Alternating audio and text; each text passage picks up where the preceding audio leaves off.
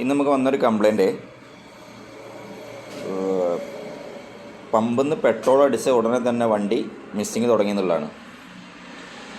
അപ്പോൾ അവർ കുറേ ഡീസലാണോ അടിച്ചത്, കുറേ ആളെ പ്രശ്നങ്ങളൊക്കെ ഉണ്ടാക്കി വണ്ടി പിന്നെ നല്ല മിസ്സിങ്ങാണ്, നല്ല മിസ്സിങ്.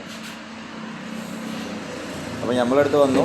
അപ്പോൾ കണ്ട ഉടനെ തന്നെ പറഞ്ഞു ഫ്യൂവലിൽ പെട്രോളാണ്, ഫ്യൂവലിൽ വെള്ളമാണെന്നുള്ളത്.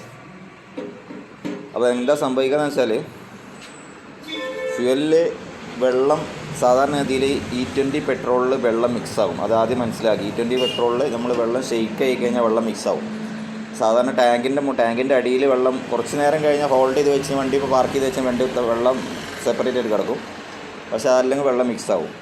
അതിലിപ്പോൾ ഇവർക്ക് സംഭവിച്ചത് എന്താണെന്ന് വെച്ചാൽ, ടാങ്കിൽ ഓൾറെഡി വെള്ളം ഉണ്ടായിരുന്നു. ടാങ്കിൽ വെള്ളം ഉണ്ടായ സമയത്ത് പെട്രോൾ അടിക്കുന്ന സമയത്ത് ഒന്നുകൂടി ഷെയ്ക്കായി മൊത്തത്തിലൊന്ന് കലങ്ങി വെള്ളവും പെട്രോളും ഒന്നായിട്ട് മിക്സായി അത് കാർബറേറ്ററിലേക്ക് ഇറങ്ങി. അതാണ് മിസ്സിങ് വന്നത്. അപ്പം ഇത് ഒരു വർക്ക്ഷോപ്പിൽ നിന്ന് ചെയ്ത് വെച്ചേക്കുന്ന പണി കാണണം. ഇത് വണ്ടി BS3 ആണ് കേട്ടോ, BS3 ആണ് വണ്ടി. ഇതിൽ ഫ്യൂവൽ ടാങ്ക് മാറ്റി.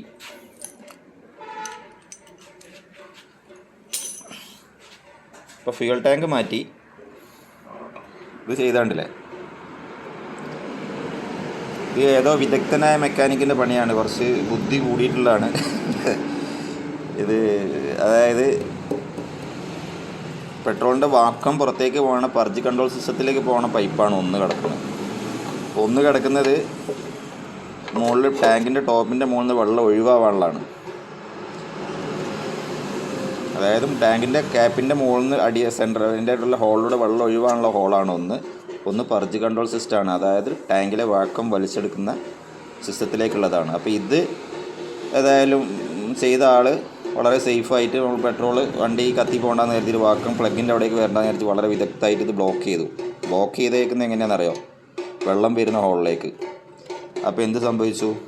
ടാങ്കിൽ നിന്ന് വെള്ളം കംപ്ലീറ്റ് ഈ മഴക്കാലത്ത് കംപ്ലീറ്റ് ഇറങ്ങി നേരെ ടാങ്ക് പോയി കയറി. അതാണ് സംഭവിച്ചത്. അപ്പോൾ ഇതൊന്ന് ശ്രദ്ധിക്കുക.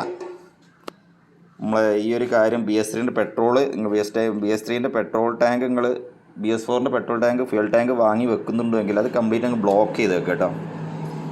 എന്തെങ്കിലും MCയിൽ എന്തോ കാര്യമായിട്ട് ബ്ലോക്ക് ചെയ്താൽ മതി തൽക്കാലം, എന്നാലും കുഴപ്പമില്ല. വെൽഡ് ചെയ്ത് എടുക്കുകയാണ് അത്രയും നല്ലത്.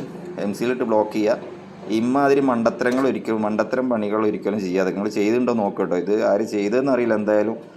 അതുകൊണ്ട് വെറുതെ പമ്പ് വരെയായിട്ട് വെറുതെ ഒരു ഉടക്കുണ്ടാക്കി എന്നല്ലാതെ വേറൊരു കാര്യം ഇതിലുണ്ടായിട്ടില്ല. അപ്പോൾ ടാങ്കിൽ നിങ്ങൾ പെട്രോൾ അടിച്ചതിന് ശേഷം മിസ്സിങ് വരുന്നുണ്ടെങ്കിൽ അത് പ്രത്യേകം ശ്രദ്ധിക്കുക. ടാങ്കിൽ വെള്ളം ഉണ്ടാവും. ആ വെള്ളം കുറേ നേരം ഒന്ന് ഷെയ്ക്കാണ സമയത്ത് കാർബറേറ്ററിൽ ഇറങ്ങുന്ന സമയത്താണ് നിങ്ങൾക്ക് ഈ വിഷയം ഉണ്ടാകുന്നത്.